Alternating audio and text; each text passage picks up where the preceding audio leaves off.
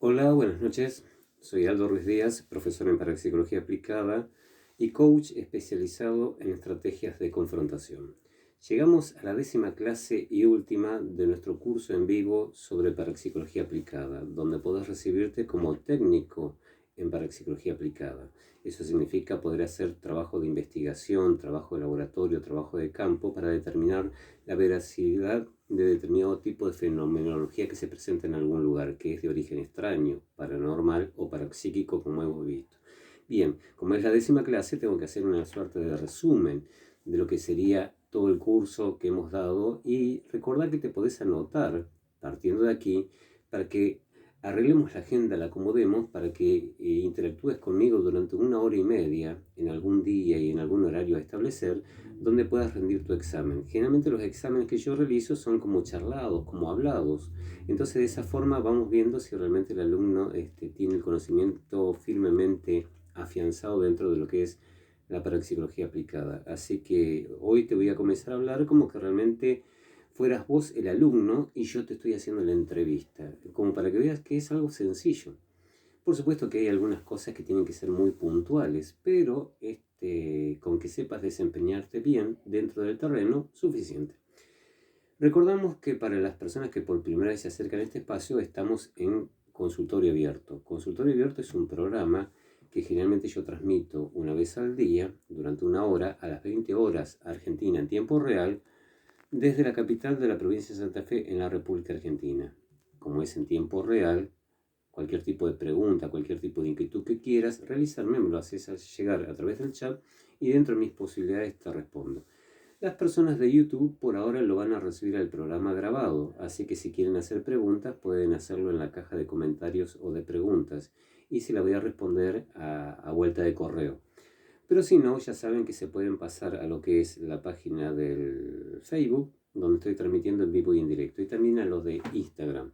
Así que, bueno, vamos a tratar de abarcar lo que más podamos para realmente ir incursionando cada vez más en todo este tipo de temas. Consultorio Abierto es un programa donde yo generalmente suelo interactuar con los temas de la parapsicología, el control mental, la programación neurolingüística, el pensamiento sistémico, el pensamiento cuántico, la hipnosis, el ocultismo, el esoterismo y la magia en general, en cierta forma ciencia de la alternativa. Pero siempre tenemos abierta la puerta y la ventana de nuestro consultorio para recibir cualquier tipo de inquietud que pueda surgir dentro del desarrollo de este tema. Así que bien, hoy, como los miércoles, lo hemos dedicado al curso de parapsicología aplicada en vivo. Y lo que te puede recibir como técnico a través de la vía del Skype, porque hacemos las entrevistas a través del Skype, puedes recibir tu título de técnico en parapsicología aplicada. Entonces vamos a comenzar con el tema de todo lo que hemos dado durante estas 9 clases anteriores. Así que voy al tema. Cuando yo entrevisto a una persona, básicamente comienzo a hacerle preguntas simples dentro de lo que es la temática de la parapsicología, como para ver si realmente el profesional o el futuro profesional entiende de qué se trata o qué es lo que está haciendo. Entonces yo siempre hago el siguiente ejercicio. Hagamos de cuenta como que ya sos ese profesional. Hagamos de cuenta como que ya te dedicas hace un buen tiempo a la materia. Hagamos como si, eso es una copia de modelo que se utiliza mucho en la programación neurolingüística, hagamos como si fuéramos tal cosa. Entonces comportémonos como tal. Entonces yo vengo y te hago la entrevista como para ver si realmente tenés los conocimientos afianzados con respecto a esto. Entonces lo primero que tendríamos que ver es de qué se trata esto de ser técnico en parapsicología aplicada. Y recibir el título de técnico en parapsicología aplicada significa que te da la capacidad para estudiar los distintos fenómenos que se estudian en parapsicología. Recordemos que llamamos fenómenos simplemente por el hecho de que un montón de veces no estamos acostumbrados a presenciarlo. Pero cuando podemos repetirlo en el laboratorio o lo encontramos generalmente en el campo o cuando investigamos un proceso determinado, nos damos cuenta que para nosotros pasa a ser un proceso cotidiano. Entonces la idea de fenómeno queda mucho de lado, cosa que hemos visto en el curso. Y lo que hacemos en parapsicología, si bien el término parapsicología viene de para, el prefijo que significa al margen de o al lado de la psicología, recordemos que psicología significa logos, estudio o tratado, y psico, que viene de psi, la 23ª letra del alfabeto griego que significa mente o alma. Es como que la psicología está estudiando la mente o el alma de las personas. Y la parapsicología estaría estudiando lo que está al margen de o al lado de la mente o el alma. Pero recordemos que no solamente estudiamos el alma, sino que también estudiamos el espíritu, que es lo más profundo, donde un montón de veces las ciencias convencionales no llegan, ni las alternativas tampoco. Entonces es todo un tema la idea. Pero resulta que no solamente estudiamos lo que podríamos llamar el psiquismo de las personas, sino que también estudiamos fenómenos o procesos que suceden en el mundo que nos rodea, en el mundo material, y que un montón de veces no tienen nada que ver con nosotros, pero que un montón de veces pueden interactuar con nosotros. Por eso decimos que en parapsicología estudiamos muchos fenómenos paranormales, y donde muchos de ellos son parapsíquicos, o sea, donde la mente interactúa, consciente o inconscientemente, con la realidad. Entonces la parapsicología se transforma no solamente en una parapsicología, sino en una parabiología, en una parafísica, en una parageología, en unas cuantas ciencias o disciplinas porque estudiamos un montón de fenómenos que se entroncan con eso. Uno de los grandes fenómenos que, por ejemplo, estudiamos cuando estudiamos, por ejemplo, las famosas posesiones demoníacas, son los fenómenos de dermogénesis. ¿Qué es la dermogénesis? Es lo que un montón de veces se lo toma de un punto de vista esotérico, oculto o religioso, como es, por ejemplo, los estigmas. ¿Qué son los estigmas?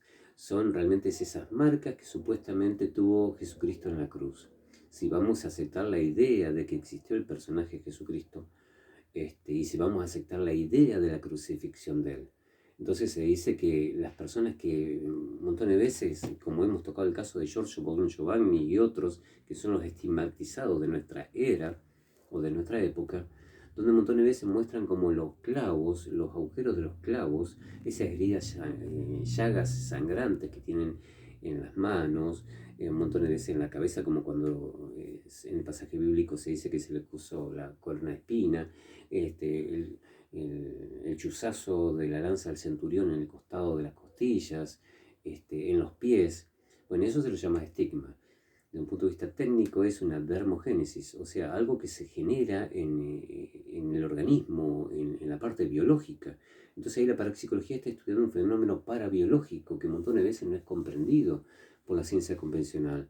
Pero recordemos que montones de veces nos encontramos con procesos de psoriasis, con procesos de eczema, con la famosa culebrilla que es el herpes zóster, por ejemplo, o el herpes común, o el herpes convencional. Entonces son procesos que nos atacan, por ejemplo, o nos afectan a niveles orgánicos y que un montón de veces las ciencias convencionales pueden estudiar eso, pero cuando ya empieza a ser un estigma, como se lo denomina así en el esoterismo o en las religiones, nos damos cuenta que es un exceso a lo convencional. Entonces, donde no llega la parte biológica convencional, ahí entramos a estudiarlo en la parapsicología. Entonces, ahí tenemos un fenómeno parabiológico. Pero cuando tenemos una información que estamos percibiendo a la distancia, por ejemplo, la telepatía, una de las formas de telepatía donde percibimos información y que el sujeto nos cuenta y dice algo está sucediendo en estos momentos o algo le está sucediendo a tal persona o estoy percibiendo el pensamiento de alguien, es un fenómeno o un proceso psicológico. Entonces ahí sí entraría el término parapsicológico porque la persona no está recibiendo información a través de los 5 sentidos, sin embargo me puede describir algo que después lo podemos corroborar que está sucediendo en ese momento que él lo contaba. Entonces tenemos un fenómeno parabiológico, un fenómeno parapsicológico. Pero un montón de veces estudiamos la geología del terreno, lo que llamamos hoy en día en geobiología las zonas geopatógenas. Determinados cruces de aguas subterráneos, determinados ríos subterráneos que se cruzan en la vertical, determinados espejos de agua, las napas, o determinados aspectos geológicos o de minerales debajo del terreno, generan en la vertical un vórtice de energía que interactúa con el ser humano y que puede provocar perturbaciones. Entonces ahí estamos hablando de un fenómeno geológico. Entonces ahí tenemos la parageología, por ejemplo. Entonces la parapsicología estudia montones de fenómenos dentro de lo que podemos llamar paranormales, o sea que se escapan más allá del alcance de lo convencional o lo que podemos llamar normal. Porque recordemos que una normalidad para un conjunto de conocimiento o un conjunto de personas es aquello que aceptan entre todos de que esto es cotidiano, esto es normal. Todo lo que esté fuera del alcance de esa comprensión es un fenómeno extraño. Por eso decíamos que cuando nosotros andamos en el laboratorio nos damos cuenta de que muchas de las cosas son repetitivas, son constantes, entonces ya el término fenómeno queda obsoleto. Pero seguimos utilizándolo como para decir, congraciarnos con las ideas, como para no entrar con tanta filosofía a la hora de charlar con alguien. Entonces, técnicamente, ¿qué es la parapsicología? Entonces yo ahí siempre utilizo una definición didáctica, que es bueno que un montón de veces el alumno la sepa, porque en toda definición está la base, está la estructura de todo lo que es el desarrollo de la disciplina o la ciencia que está estudiando. Primero, ¿la parapsicología es ciencia? Sí. ¿Por qué? Porque reúne los tres aspectos básicos de toda ciencia: verificabilidad, repetibilidad y uniformidad de criterio. Verificabilidad significa que de todo lo que estemos hablando nosotros podamos hacer un experimento en el laboratorio y lo confirmemos. O sea, verificamos algo. No estamos hablando de cosas que sucedieron quién sabe cuándo. Y quién sabe de que realmente no lo podemos repetir. Y ahí viene el segundo axioma: repetibilidad. Si una y otra vez utilizamos determinados tipos de mecánica o determinados tipos de experimentos, tiene que volver a surgir. Entonces verificamos un fenómeno y lo podemos repetir en condiciones de laboratorio. Y después la uniformidad de criterios. Eso significa que independientemente de la escuela donde vengas de parapsicología, si hacemos el mismo experimento, todos llegamos a la misma conclusión, significa que hay una uniformidad de criterio. Y no que uno piensa una cosa y piensa de la otra. ¿Podemos captar el pensamiento a la distancia? Sí. Lo podés llamar telepatía, lo podés llamar clarividencia restringida. Porque recordar el término telepatía viene de tele, que significa lejos, y patos, sensaciones.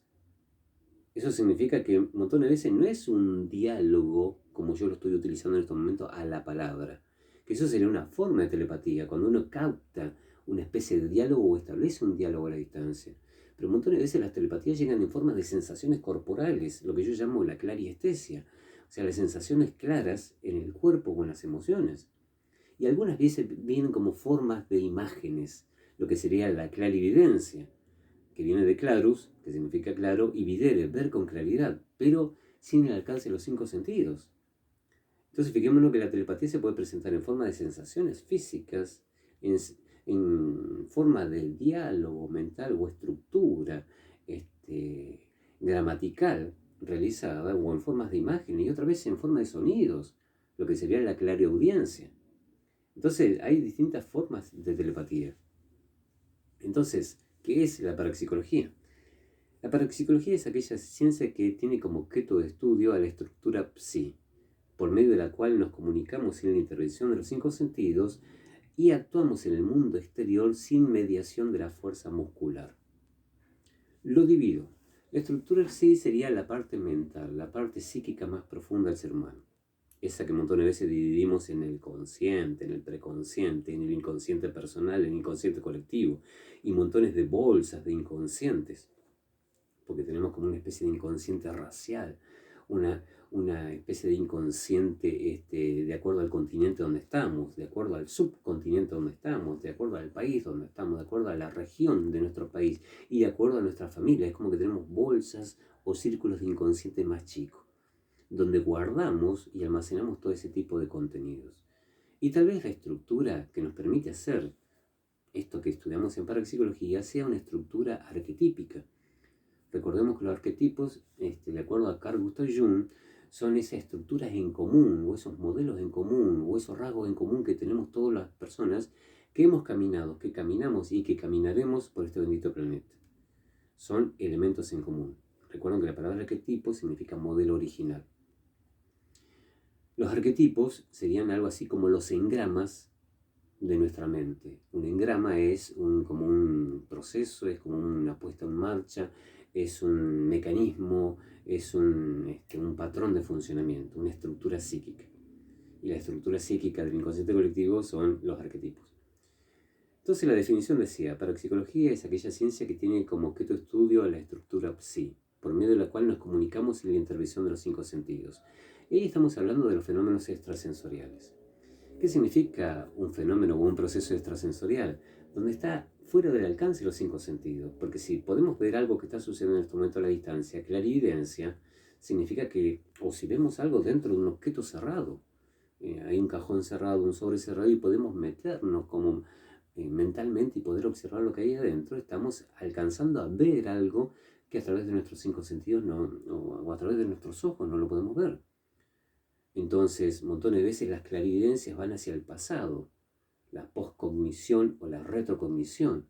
Otras veces las clarividencias van hacia el futuro, la premonición, la precognición, y cuando engloba a todo un grupo o comunidad, a una comunidad, pasaría a ser lo que se llama la profecía.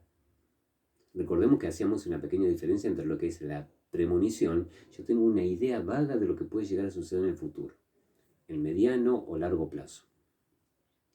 Y hay una clarividencia del futuro bien precisa que sería la precognición. Entre la premonición y la precognición es un detalle técnico de donde decimos que tenemos un conocimiento vago de algo que va a suceder y un conocimiento acertado de lo que va a suceder, la precognición. Y cuando ya engloba a todo un grupo de personas o a toda una comunidad, se transformaría en lo que se llama la profecía. O sea que una profecía es o una premonición o una precognición, pero donde se engloba a un grupo de gente, a una comunidad. Entonces, cuando también hacemos telepatía, estamos utilizando la capacidad mental sin que intervengan los 5 sentidos. No estamos comunicándonos por lenguaje de señas, por apreciaciones inconscientes del lenguaje corporal de la persona o lo que sería la kinesia, sino que realmente podemos poner a sujetos que están de espalda o en habitaciones distintas o en lugares distintos, como experimentos que se han realizado debajo del casquete polar ártico en un submarino atómico y alguien, por ejemplo, en la ciudad de Nueva York y estableciendo una suerte de testeo Zener, la capacidad de comunicarse mentalmente a través, por ejemplo, de las famosas cartas Zener. Recuerden que son una de las herramientas o viejas herramientas que se utilizaban en parapsicología para testear, para observar o cuantificar la capacidad que tenía un supuesto dotado psíquico, lo que llamamos un paragnóstico. Las cartas Zener eran 5 símbolos que se repetían 5 veces en un mazo y formaban como tal 25. Teníamos ondas, estrella, cruz, círculo y cuadrado, por ejemplo. Ahí tenemos los 5 símbolos que nos servían para testear la capacidad clarividente, telepática, premonitoria de una persona o retrocognitiva y así. Entonces, ¿es aquella ciencia que tiene como objeto de estudio la estructura psi, por medio de la cual nos comunicamos sin la intervención de los 5 sentidos y actuamos en el mundo exterior sin mediación de la fuerza muscular? ¿Qué significa eso? Los famosos fenómenos psiquinéticos. La psiquinesis es la capacidad de interactuar con los elementos físicos que nos rodean, ya sean biológicos o ya sean de la materia más cruda o más burda. Entonces ahí tenemos, por ejemplo, la telequinesis, que sería el movimiento de objeto a la distancia, la psicoquinesis, que es la alteración de sistemas físicos o biológicos en evolución. Si puedo acelerar el proceso de cicatrización de una herida, estoy haciendo psicoquinesis. Si lo puedo retardar, como un montón de veces sucede con las personas que se están saboteando a sí mismos, en vez de dejar que funcione el proceso natural de cicatrización, algunas veces lo retardan, lo enlentecen o lo bloquean. Están haciendo psicoquinesis, pero en la inversa o con un mecanismo de autodestrucción. Recordemos que todos tenemos tanto el instinto de conservación como el instinto de autodestrucción. Ya en el 67, un psiquiatra norteamericano había descubierto la capacidad que tiene un montón de personas para autodestruirse. El suicida, por ejemplo, es alguien que manifiesta la capacidad de autodestrucción. Algunos hipocondríacos generándose enfermedades constantes e imaginarias que el médico no las entiende, están buscando perjudicarse. Aquellos que están atados a un comportamiento tóxico buscan perjudicarse a través de ese, porque podrían decir basta con el comportamiento. Entonces hay diversas formas en que el ser humano, un montón de veces, ejecuta determinado tipo de patrones de funcionamiento que muestran su grado autodestructivo, mientras que otros muestran el grado destructivo para con los demás. Entonces, la telequinesis, movimiento de objetos. La psicoquinesis, la alteración de sistemas físicos o biológicos en evolución. Una canilla que está goteando a determinado ritmo, si la desaceleramos, si la detenemos o si la aceleramos, estamos haciendo psicoquinesis. Una bola de billar que va girando para allá y después provocamos un aceleramiento, un desaceleramiento, una detención o un cambio de rumbo, estamos haciendo psicoquinesis. Después tenemos la piroquinesis, que es, por ejemplo, cuando se efectúa fuego en un lugar. Y ya hemos hablado de, bueno, ya vamos a entrar en materia de estudiar fenómeno por fenómeno también, cosa que lo hemos hecho. La cuestión es que la parapsicología es aquella ciencia que tiene como objeto de estudio la estructura psi, donde finalmente nos llegan las metodologías convencionales de estudio o de abordaje de este tipo de temáticas, donde nos comunicamos sin la intervención de los 5 sentidos, los fenómenos extrasensoriales, telepatía, clarividencia, premonición, y donde actuamos en el mundo exterior sin mediación de la fuerza muscular, telequinesis, psicoquinesis, levitación, hiloclastia cuando revientan las cosas, los famosos rap los golpes, batidas o choques, que estudiaba tanto la tictología, que se presenciaban en las famosas sesiones mediúnicas, y que es muy común que sucedan cuando realmente entramos en un estado modificado de conciencia, el común trance, para efectuar algún tipo de fenómenos.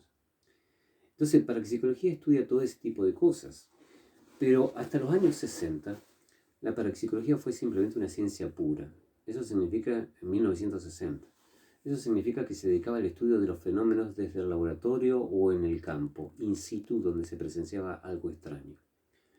Pero después de los años 60 en adelante, los investigadores dijeron, ¿por qué no movilizar todo este conjunto o cuerpo de conocimiento para tratar de darle una utilidad en el cotidiano vivir de las personas? Entonces ahí es donde se transforma en una parapsicología práctica o aplicada. Entonces, ¿para qué quiero tener una clarividencia de lo que está sucediendo en este momento a la distancia si un montón de veces no puedo ver con claridad los problemas que tengo que solucionar? Entonces hay algunas personas que son muy buenas para la clarividencia, pero un montón de veces no pueden observar cuál es la naturaleza de esos problemas. Entonces, como yo siempre digo, más allá de desarrollar la clarividencia o la telepatía, ¿por qué no desarrollar la capacidad de utilizar toda esa capacidad que tenemos intrínsecamente nosotros los seres humanos para resolver nuestras problemáticas cotidianas? Y ahí es donde viene un montón de veces que estudiamos a los paragnostas. Los paragnostas son aquellas personas que manifiestan con asiduidad fenomenología parapsíquica o paranormal, o parapsicológica, como quieran llamarla, fenomenología extraña. Sean conscientes o inconscientes del proceso, sean voluntarios o involuntarios, sean espectadores de su propio fenómeno. Porque recordemos que lo que sabemos, el paragnosta es aquel llamado dotado psíquico, es aquel mentalista, es aquel que realmente manifiesta un algo extraño. De acuerdo a su corriente de pensamiento o filosofía de práctica, lo pueden llamar medium, lo pueden llamar psíquico, lo pueden llamar el chamán, el brujo, lo pueden llamar como quieran, independientemente que se dedique a una disciplina o a un estudio específico, pero donde manifiesta fenómenos extraños. Entre un chamán que moviliza sus energías y un parapsicólogo o un paragnosta o un telépata, estamos hablando exactamente lo mismo, pero básicamente cambia la metodología de trabajo para despertar esa fuerza del inconsciente. Entonces hay montones de personas que son paragnosta, o sea, que presencian asiduamente o que manifiestan asiduamente fenomenología parapsíquica, este tipo de procesos, pero que, por ejemplo, tal vez no lo entienden o ellos mismos se asombran. Porque ahí es donde la parapsicología determina que todas las personas somos paragnostas. Somos personas que tenemos esa habilidad intrínseca en nosotros. Por eso es una estructura que ya viene con nosotros, una estructura psíquica profunda. Es un arquetipo la potencialidad parapsicológica, que muchos, por diversos factores de crianza, de cultura, de apego, de asesoramiento, de coacheo, de los tutores que tienen o de los modelos de rol que tratan de seguir, manifiestan con asiduidad el fenómeno y en cambio otros, por ejemplo, lo letargan, lo adormecen o lo anulan por completo. Todos desde chicos comenzamos a manifestar fenómenos así. Algunas veces no son amigos imaginarios los que estamos fabricando con nuestra mentalidad, sino que tal vez estamos viendo o personas fallecidas, o los espíritus dando vuelta, o vemos algunos seres elementales de otras dimensiones y cosas por el estilo. Pero cuando lo comentamos decimos amigo imaginario. Y algunas veces, tal vez los adultos con los cuales hemos nacido, o nos crían, le comentamos esas cosas y nos tratan de tontos, de ilusos o de estúpidos. Entonces un montón de veces la persona, para no tratar de quedar relegado ante la sociedad o que no lo traten mal, se calla la boca. Y trata de, a medida que va creciendo, decir, no, esto es producto de mi fantasía o de mi mentalidad. Entonces va adormeciendo esa capacidad que todos tenemos. Pero si tendríamos la suerte de nacer en una cultura que entiende de ese tipo de fenomenología, nos lo alentarían para realmente manifestarlo con mayor asiduidad. Por eso yo un montón de veces a mis nenas siempre les digo lo siguiente: date cuenta de lo que vos provocás con tu mente. Generalmente es más fácil provocar accidentes, dificultades, cosas negativas que cosas positivas, porque hay una tendencia del ser humano a la entropía. Recordemos que la entropía es esa ley que nos dice que todo va desde lo más ordenado hacia el desorden o hacia el caos. Y esto se explica fácilmente desde un fenómeno tan natural como puede ser las estrellas, por ejemplo, en su momento de fulgor llegan en un momento donde realmente explotan, se transforman en una nova o en una supernova. De lo más estructurado terminan explotando para dar nacimiento a otras estrellas. Si dejamos un auto estacionado 2 años en la puerta de casa y el auto era 0 kilómetros, cuando yo vaya a tratar de ponerlo en marcha no me voy a encontrar con un auto más nuevo, me voy a encontrar con un auto más viejo. El ser humano, de su lozanidad física y mental, parece como que se va degradando. Esa es la ley de entropía. Entonces tenemos una tendencia por naturaleza y por cuestiones físicas, o vaya a saber digitado por quién, hacia la negatividad con mayor facilidad. Entonces, cuando estamos hablando de fenómenos que nosotros podemos provocar constantemente, y hoy en día en la física cuántica entendemos que todo lo que nos rodea es una extensión de todo lo que nosotros somos. Hasta tal punto que podemos llegar a decir, esto es nuestra conciencia y aquello es nuestro inconsciente. De ahí vienen que la estadística dice que un montón de veces un 95 o 97% o 90% es inconsciente y el 10% es consciente. Entonces nosotros siempre estamos conectados con todo lo que nos rodea. Y muchas de las cosas que nos suceden a nuestro alrededor son el producto de lo que nosotros hacemos con nuestra vida, de las decisiones, de las indecisiones, o el hecho de darle la posta o el mando a otra persona para que dirija nuestro destino. Como un montón de veces decimos, ¿dónde queremos salir? No, elegí vos.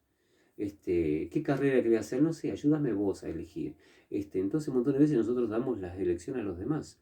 Y un montón de veces los demás, medianamente, para bien o para mal, eligen de acuerdo a su criterio y sus valores. Algunas veces nos favorecen y otras veces nos perjudican, porque también están dentro de una ley de costumbrismo, de una ley de sistémico, de una ley donde realmente lo estereotipado lo predomina, o de lo entrópico también. Entonces es más fácil provocar procesos en negativo que procesos en positivo. Y cuando lo entendemos a esto, podemos comenzar a ordenar nuestros pensamientos para que realmente nuestra mente comience a trabajar en favor de nuestro mejoramiento de la calidad de vida. Por eso la definición que yo siempre doy de parapsicólogo, si bien es aquel que estudia la parapsicología o utiliza todo este tipo de conocimiento para hacer investigación de campo o terapéutica, yo siempre doy una definición didáctica que dice que parapsicólogo es aquella persona que busca para sí mismo y a partir de ahí para la comunidad mejorar la calidad de vida, fomentando la práctica de técnicas armonizadoras, combatiendo energías negativas y provocando la correcta distribución de las positivas. ¿Qué significa eso? Que nadie puede dar aquello que no tiene. Por eso lo primero que tiene que hacer todo terapeuta, no solamente el parapsicólogo, sino aquel terapeuta que se dedique a lo convencional o a lo alternativo, primero tiene que utilizar todo su cuerpo de conocimientos y habilidades para mejorar su propia calidad de vida. Entonces, si uno está bien, recién ahí puede entregar ese bienestar a los demás.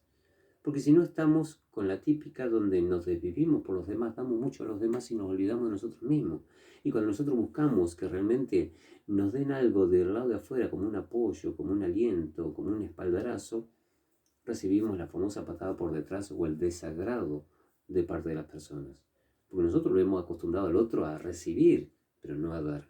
Y todo tiene que ser interactivo. Yo doy, pero también recibo. Yo también exijo y pido, porque si no la cosa se hace muy fácil. Por eso la definición dice, parapsicólogo es aquella persona que busca para sí mismo y a partir de ahí para la comunidad mejorar la calidad de vida. Utilizamos todo este tipo de herramientas o técnicas o metodologías para ver cómo podemos mejorar las distintas áreas problemáticas de las personas, para optimizar el rendimiento, mejorar la calidad de vida. Pero primero lo tenemos que haber hecho con nosotros. Parapsicólogo es aquella persona que busca para sí mismo y a partir de ahí para la comunidad mejorar la calidad de vida, fomentando la práctica de técnicas armonizadoras. ¿Qué significa eso? Que hemos estudiado montones de herramientas de distintos tipos de cultura, de distintos tipos de procedencia, la hemos analizado en el laboratorio, la hemos puesto en práctica y vemos si realmente funciona o no.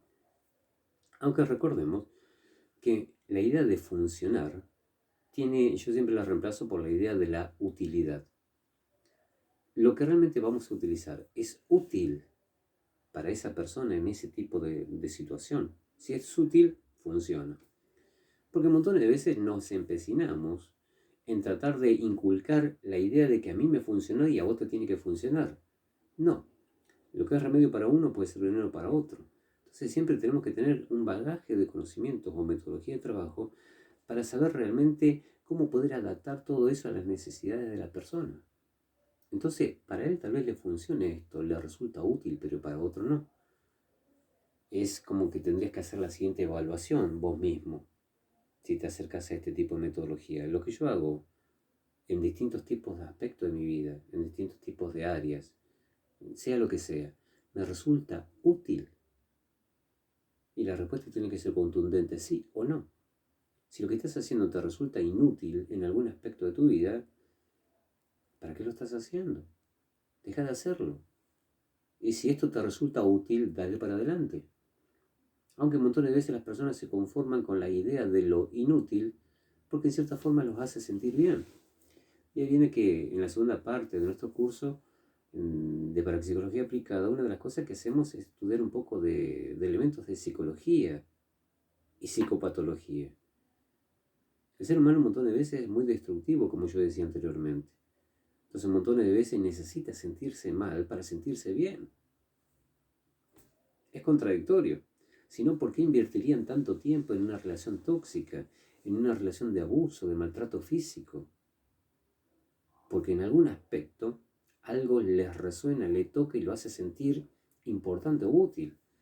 En el famoso síndrome de la Virgen canonizada, como yo le llamo, que es cuando la mujer es abnegada y sufrida para con la idea de ayudar al otro y olvidándose de sí misma. Por eso pasan años de maltrato físico y familiar y sin embargo sigue estando detrás de esa persona, hasta que algún día tal vez toca el umbral. Y hoy en día sabemos que, por ejemplo, en programación neurolingüística podemos hacer cruzar el umbral a las personas en una sola sesión. Y no que tenga que estar años esperando a ver cuándo realmente la gota rebasó el vaso y dijo, basta, yo con esto no quiero saber nada. Entonces en parapsicología o el parapsicólogo estudia montones de herramientas para tratar de ver qué es lo que funciona y adaptarla al sujeto en cuestión y ver si realmente le resulta útil. Entonces fíjense en la definición cómo nos vamos derivando a todo lo que es el cuerpo de conocimiento, de lo que tenemos que manejar hoy en día en la terapéutica alternativa, en este caso a través de la parapsicología. Entonces, parapsicólogo es aquella persona que busca para sí mismo y a partir de ahí para la comunidad mejorar la calidad de vida, fomentando la práctica de técnicas armonizadoras, combatiendo energías negativas. ¿Qué significa esto de energía negativa? No significa que solamente como el común de las personas piensan que los parapsicólogos estudiamos los daños, trabajos, hechizos, las brujerías que resultan perjudiciales para la comunidad. Ese es un solo elemento que estudiamos en parapsicología. Cómo las personas pueden a través de ancestrales, rituales ancestrales, metodologías esotéricas o ocultas o mágicas o brujeriles pueden perjudicar a otros. Pero un montón de veces lo pueden hacer a través de la propia mente desnuda, lo que llamamos hiperestesia directa. Porque un montón de veces cuando dos o tres personas se juntan a hablar de otra que está ausente, ya están generando un vórtice psíquico que en mayor o en menor grado, de acuerdo a la animosidad que tengan sobre esa persona que está ausente, establece una especie de comunicación telepática, donde generalmente lo que le están bombardeando, lo que le están mandando son pensamientos de animosidad o de destrucción. Es más fácil que se propague la mala onda, como le dicen comúnmente, a través de personas que se juntan a hablar de una tercera, que realmente matando al sapo y haciendo otro tipo de rituales ancestrales. Es más común. Pero no solamente estudiamos eso, sino como decíamos hoy, en las zonas geopatógenas, un montón de veces los terrenos generan determinada problemática en la vertical del terreno. Y eso hoy en día lo estudiamos mucho en la radiestesia, una de las tantas disciplinas que utilizamos para evaluar determinado tipo de información que estamos requiriendo. Y alguna vez la radiestesia, que comenzó con la radiomancia, trataba de ver qué tipo de energética provocaba el terreno. Hoy tenemos aparatología también que nos pueden ayudar en ese tipo de detección de zonas geopatógenas. Los electromagnetómetros, por ejemplo, son aparatos bastante caros y bastante complicados de manejar, pero que realmente nos muestra qué realmente tenemos en el terreno, que en la vertical generan un tipo de problema. Por supuesto que también estudiamos en parapsicología un apartado que es la radiónica y es la psicotrónica, donde utilizamos determinados aparatitos, como yo he mostrado durante el curso, que sirven para anular esas perturbaciones que generan el terreno. Bueno, entonces todo lo que sea energética negativa que interactúa con el ser humano puede ser algo que tenemos que contrarrestar. Y no solamente se trata de brujerías, sino se trata de montones de cosas así. Entonces, fíjese cómo nos vamos abriendo en las definiciones. Entonces, parapsicólogo es aquella persona que busca para sí mismo y a partir de ahí para la comunidad mejorar la calidad de vida, fomentando la práctica de técnicas armonizadoras, combatiendo energías negativas y provocando la correcta distribución de las positivas. ¿Qué significa esto? Que todos tenemos muchas cosas positivas, muchos recursos en nuestro interior que no sabemos explotar, que no sabemos utilizar. Están ahí, porque detrás de todo comportamiento que es nocivo, detrás de todo medio de vida que es perjudicial o inútil para la persona, hay una intención positiva por detrás, pero que no sabe cómo encauzarse a través del comportamiento manifiesto. Una cosa es la intención que yo tengo y otra cosa es la forma que yo tengo de expresarla. Entonces son dos cosas distintas. Entonces le quise decir algo lindo a un compañero o a un amigo y resulta que lo terminé ofendiendo. Entonces mi forma de decirlo no estuvo acorde con mi intención de querer decirle algo agradable, por ejemplo. Entonces, un montón de veces, y esto lo hacemos mucho en programación neurolingüística, distinguimos lo que es la intención del comportamiento. Y detrás de todo comportamiento, aún el más detestable, debe haber una intención positiva. Entonces, como tal, tratamos de, en parapsicología, o el parapsicólogo, provocar la correcta distribución de esas energías positivas, por darle un término coloquial, sencillo o general. Todos tenemos algo de positivo en nuestro interior, lo que pasa es que tal vez no hemos aprendido las herramientas adecuadas para poder ejecutar ese tipo de cosas. Entonces, para eso está el parapsicólogo, pero también están los otros profesionales convencionales que trabajan en el mejoramiento de la calidad de vida dentro de su temática específica de estudio. Lo que pasa es que nosotros entramos a lo extraño, a lo místico, a lo esotérico. Bien. Entonces de ahí viene que también tengamos que postular cuáles son los grandes temas de estudio de la parapsicología. Entonces tenemos, por ejemplo, el tema de las casas embrujadas, el tema de las posesiones demoníacas, el tema de las sanaciones milagrosas, el tema de presencias espirituales, el tema de los paragnostas, de los psíquicos o de los sanadores o de los videntes. Por ejemplo, el caso del fenómeno de las casas embrujadas. Recordemos que llamamos técnicamente en parapsicología casas embrujadas a los fenómenos de poltergeist. La palabra poltergeist es de origen alemán que significa, traducido al castellano, algo así como duende burlón o espíritu barullento. Porque un montón de veces a lo largo de la historia las personas creían que había un duende o un espíritu que se burlaba de los moradores y provocaba distintos tipos de fenómenos. Las cosas se movían solas, otras desaparecían del lugar, se prendían fuego o cambiaba la temperatura en el ambiente, se veían figuras fantasmagóricas o aparecían figuras plasmadas en las paredes o en los techos, o se escuchaban ruidos extraños. Entonces decían que la casa estaba embrujada o estaba poseída. Hoy en día también lo llamamos en parapsicología casas infectadas. Infectada de un tipo de energía incierta, un tipo de energía que realmente no se la sabía medir o cuantificar o conocer su procedencia, su etiología. Una cosa es la etiología de un fenómeno, la causa que provoca el fenómeno, y otra cosa es la mecánica del fenómeno, el proceso por el cual comienza el efecto en cadena para que se provoque algo, la explicación del fenómeno, el cómo del fenómeno. Entonces, en los fenómenos de poltergeist, las casas embrujadas o las casas infectadas, nos encontramos con todo un conjunto de fenomenología que podemos explicar hoy en día. Y muchos de esos fenómenos nosotros los clasificamos en fenómenos subjetivos y fenómenos objetivos. Y después hay un tercero que sería la combinación de los dos fenómenos mixtos. Los fenómenos subjetivos extrasensoriales, o también llamados psigama antiguamente, son los fenómenos donde realmente el sujeto los presencia en su interior y se lo tiene que comunicar a otra persona para tratar de contarle lo que le está pasando. Creo que te está pasando tal cosa en tu organismo. Y la persona dice, sí, realmente eso me está sucediendo. ¿Cómo lo averiguaste? Para que realmente veamos que realmente el fenómeno funcionaba, la persona tenía que expresar y tenía que cotejarlo con la realidad. Porque un montón de veces las personas tienen falsas percepciones psíquicas, o falsas telepatías, o falsas clarividencias. Porque un montón de veces creen que están percibiendo algo, pero lo confirmaste. Bueno, pero yo lo siento como real. Una cosa es que lo sientas como real. Por eso una de las grandes cosas que hacemos es también estudiar un poco de psicología o psicopatología. El ser humano tiene una alta capacidad de autoengaño, que es lo que generalmente se utiliza mucho en psicología, que se llaman los mecanismos de defensa del yo. Los mecanismos de defensa del yo significa que realmente el yo, esa estructura que nos hace darnos cuenta que somos totalmente distintos de cualquier otro ser que camine por este bendito planeta, un montón de veces nos duele aceptar determinadas cosas. Entonces necesitamos defendernos ante esos dolores. Es un típico mecanismo de autodefensa del yo, es por ejemplo el fenómeno de la proyección.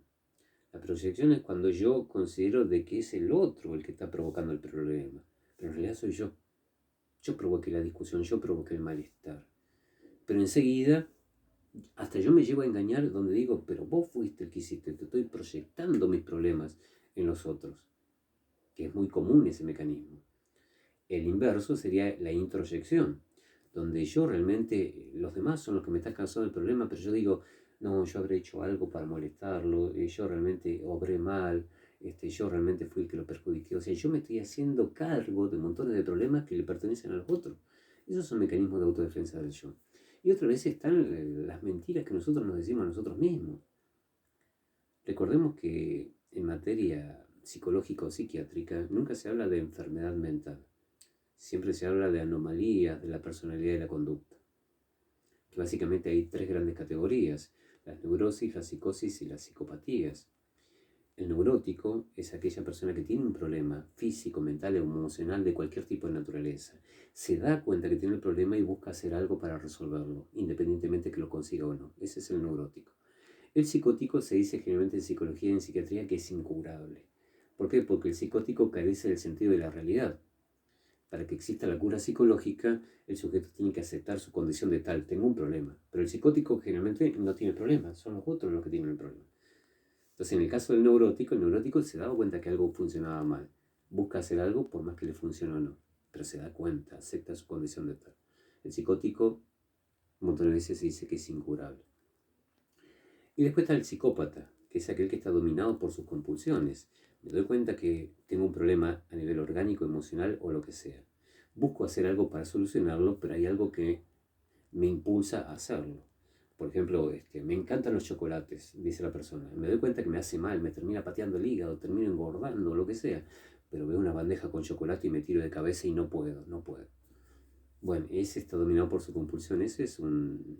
Tiene un principio psicópata. Recordemos que todos, vos, yo, cualquiera, en una escala de 0 a 100, tenemos algo de las tres cosas. Tratemos de tener el menor porcentaje posible, pero hay algunos que están más o menos. Entonces, todos siempre manifestamos mecanismos de autodefensa del yo, porque tenemos algo adentro que no nos funciona adecuadamente. Entonces, un montón de veces nos encontramos con paragnostas o psíquicos que tal vez están teniendo falsas percepciones. De ahí venía una definición que decían que un montón de veces los fenómenos parapsíquicos son espontáneos y erráticos. Espontáneo y errático. ¿Qué significaba eso? Que un montón de veces la persona tal vez no lo manejaba a voluntad.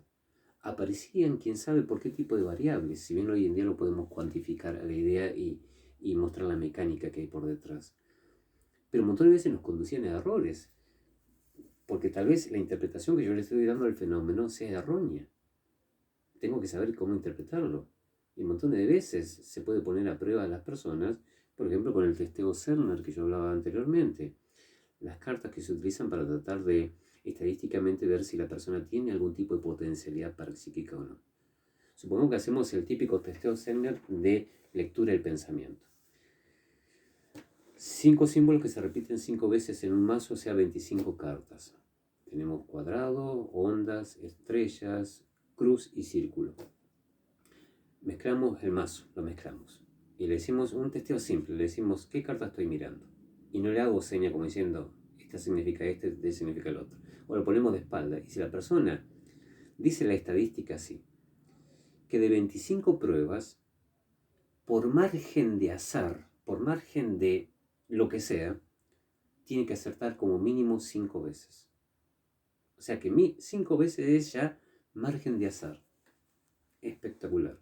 Cuanto más margen de acierto tiene, más potencialidad psíquica tiene. En este caso sería la lectura del pensamiento, que estoy mirando y el otro me dice. Pero hay un fenómeno bastante interesante cuando hacemos los testeos Sumner, el que se llama el factor psi-regresivo. ¿Cuál es el factor psi-regresivo? Que la persona no le acierta a ninguna. 0 acierto. Es más fácil acertarle a 5 cartas que no acertar ninguna.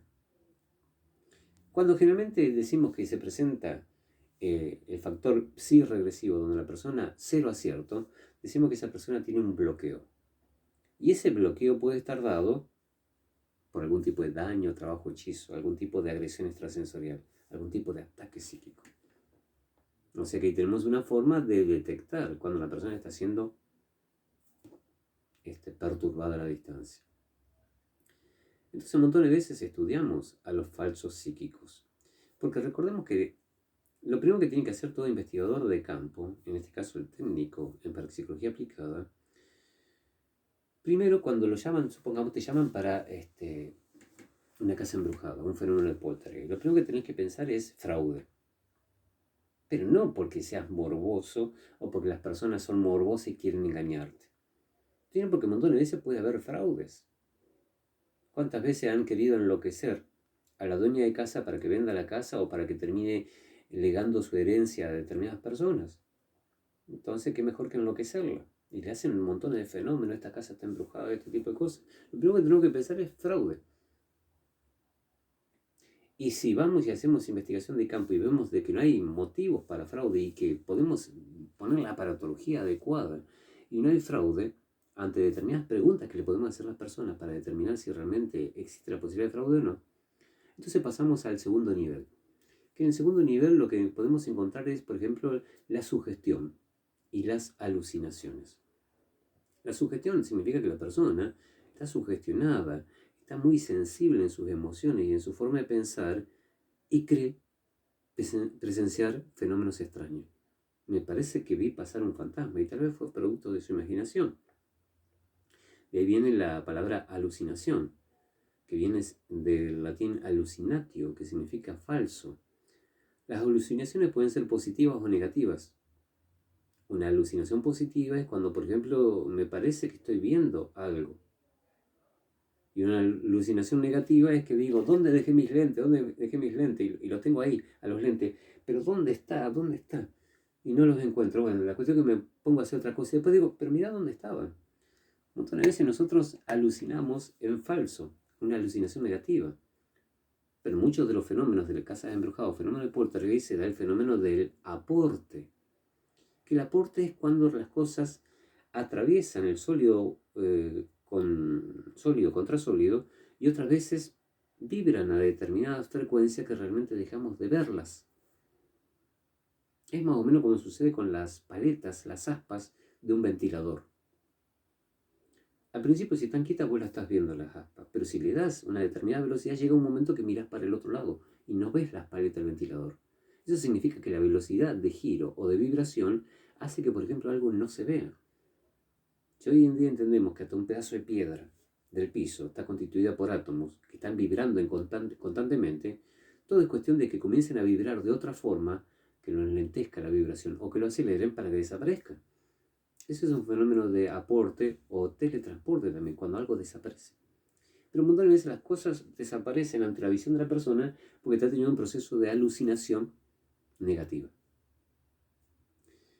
La alucinación se distingue de la idea de ilusión, que la ilusión es cuando algo me estimula mi percepción, por ejemplo visual, me parece que estoy viendo tal cosa, pero resulta que es otra.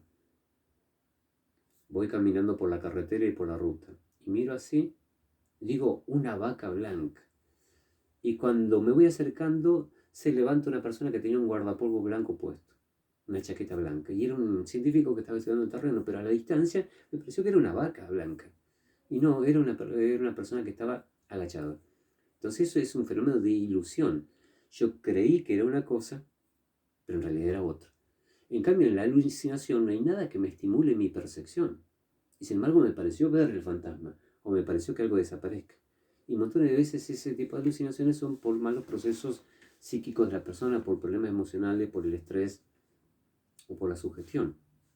Recordemos que tanto la sugestión como las alucinaciones, positivas o negativas, pueden ser también colectivas. Creemos que estamos viendo en estos momentos una nave extraterrestre, independientemente si pensamos o no pensamos de que puedan existir o no. Pero un montón de veces todos decimos, y uno dice, oh, mira allá, y todos ahí por la necesidad de.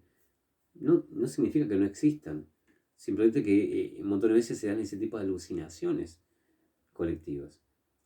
Entonces un montón de veces cuando vamos a investigar en el campo pensamos primero fraude, posibilidad de fraude. No, hemos salvado esa. Porque recordemos que utilizamos mucho lo que llamamos la navaja de Ockham o la ley de economía de hipótesis.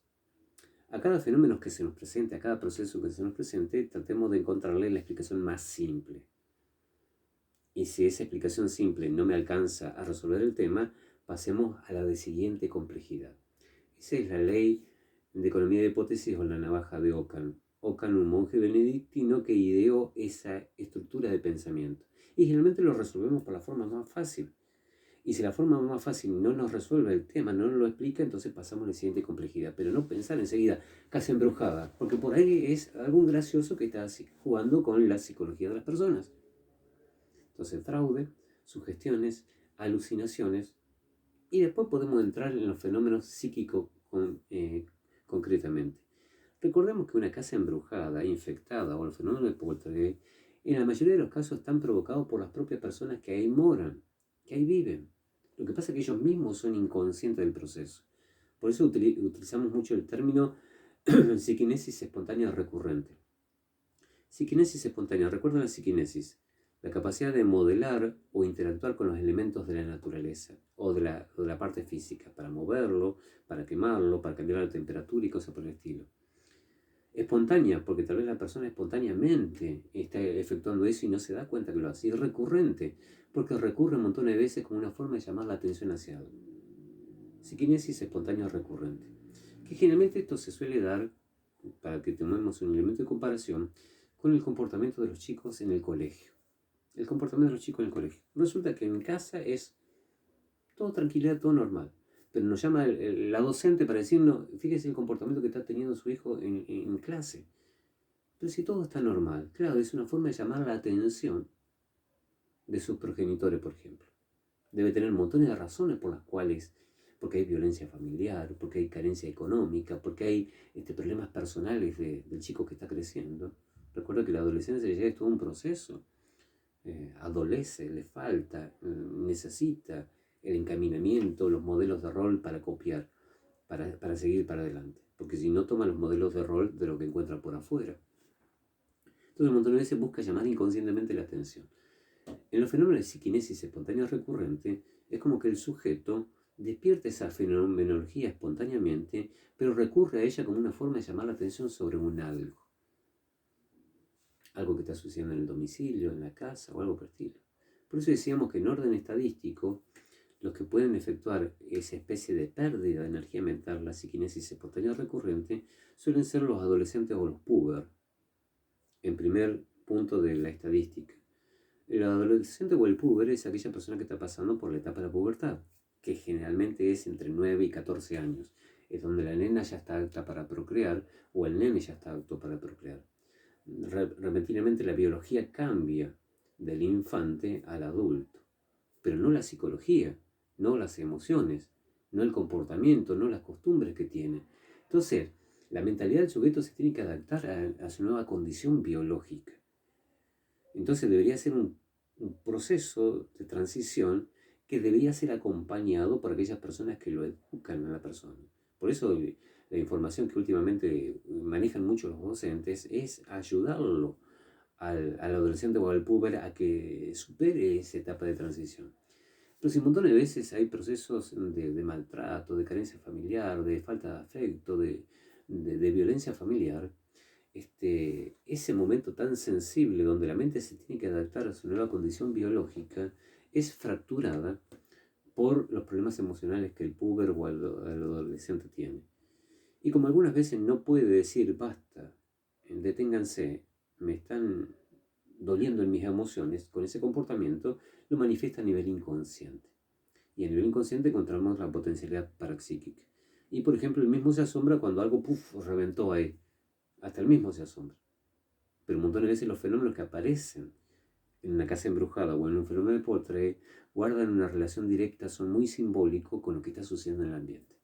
Los primeros que pueden provocar psiquinesis espontáneas recurrentes son los adolescentes o los puber. Los que siguen en orden estadístico son las mujeres embarazadas.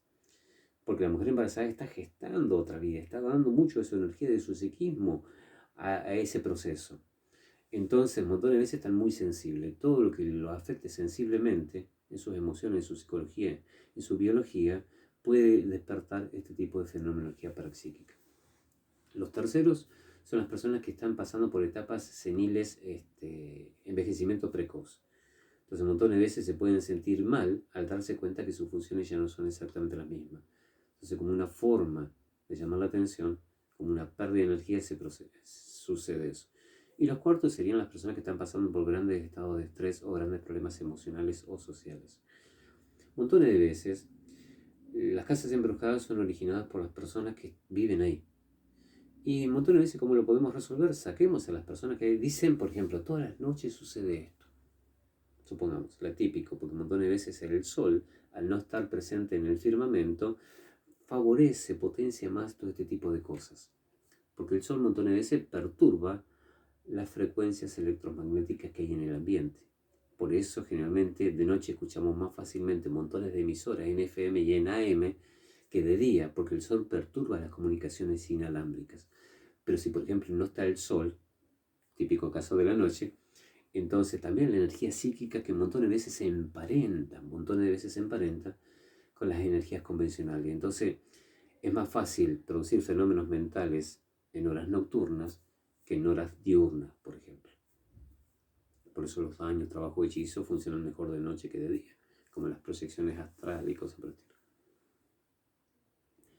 Entonces, si supongamos, dicen las personas, de noche suceden este tipo de cosas extrañas, bueno, decir, hoy todos van a dormir en un hotel o en la casa de la tía Juana y van para allá. Y viene el investigador de campo y pone sus grabadores, sus filmadoras, sus electromagnetómetros, hace sesiones de espiritista, mueve el péndulo, está ahí tratando de captar algo y no pasa nada. Entonces podemos deducir, por eso siempre cuando decimos casas embrujadas, ¿hay algún adolescente o algún puber? Primer punto de la estadística. ¿Hay una mujer embarazada? Segundo punto, ¿hay alguna persona con procesos seniles? ¿Hay alguna persona que está con procesos psiquiátricos? ¿O está muy estresada?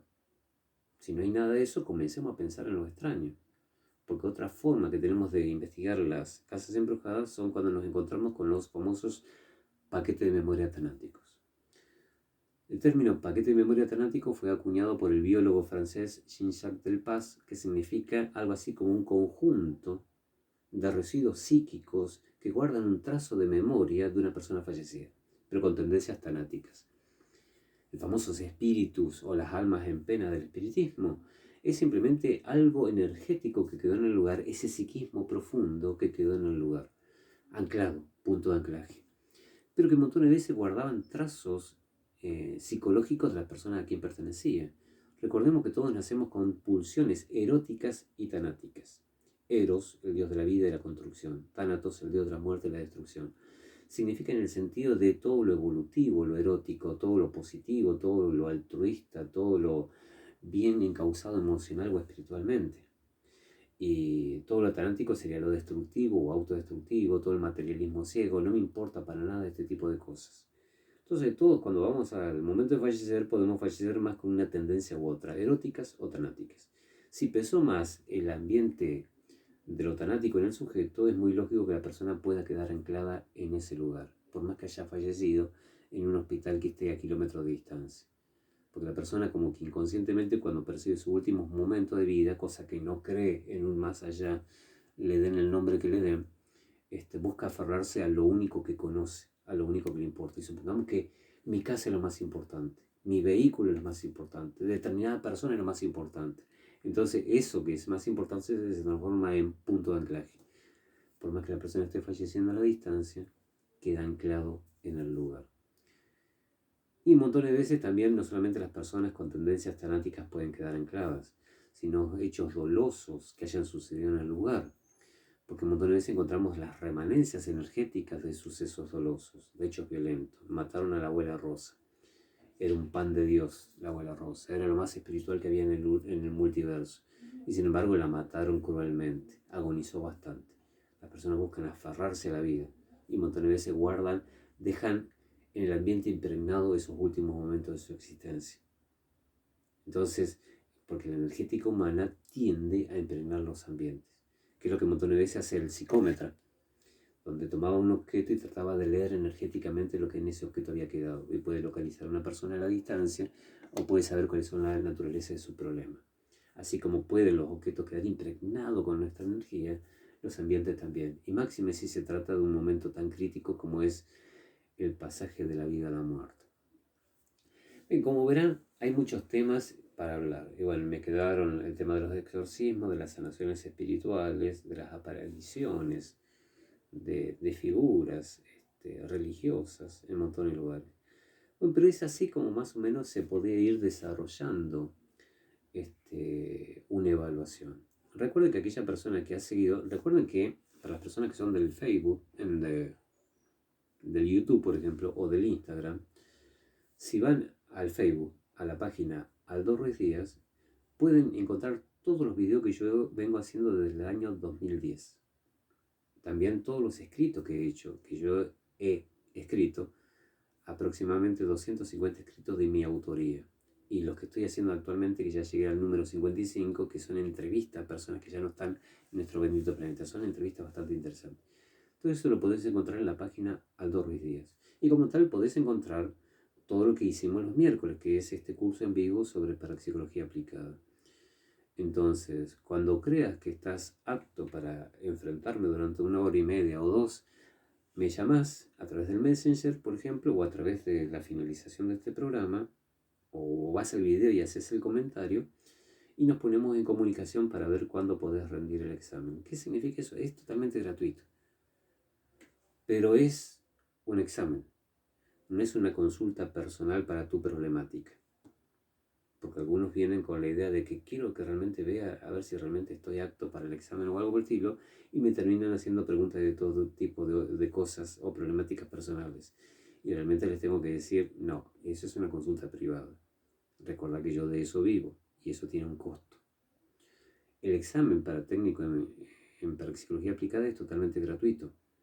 Solamente coordinamos la agenda, vemos cuándo nos podemos comunicar y bueno, en ese momento así charlando, voy a ir viendo si realmente tenés los conocimientos fundamentados de todo lo que fueron las 10 clases. Si bien hoy yo incorporé algunas ideas más para las personas que realmente recién se acercan a este programa llamado Consultorio Abierto. Recordad que transmito por el Facebook y también quiero hacerlo también por el Instagram y el YouTube, pero esta clase, por ejemplo, va a llegar grabada, o sea que mañana la van a estar viendo, ya que todavía no puedo arreglar la cámara de la computadora para que me dé una mejor calidad, porque si no queda bastante obsoleta la calidad de la imagen que me da la computadora, que la tengo aquí, donde estoy monitoreando también lo que estoy haciendo. Ahí está. Entonces vamos a ir mejorando la parte tecnológica. ¿Bien? Mientras tanto, me podés encontrar por el Facebook. Recordad que todos los días, de lunes a viernes a las 20 horas Argentina, en tiempo real yo transmito desde la capital de la provincia de Santa Fe, en la República Argentina. Por ahora, sin más nada que decir, hasta mañana. Nos vemos. Gracias por su atención. Gracias.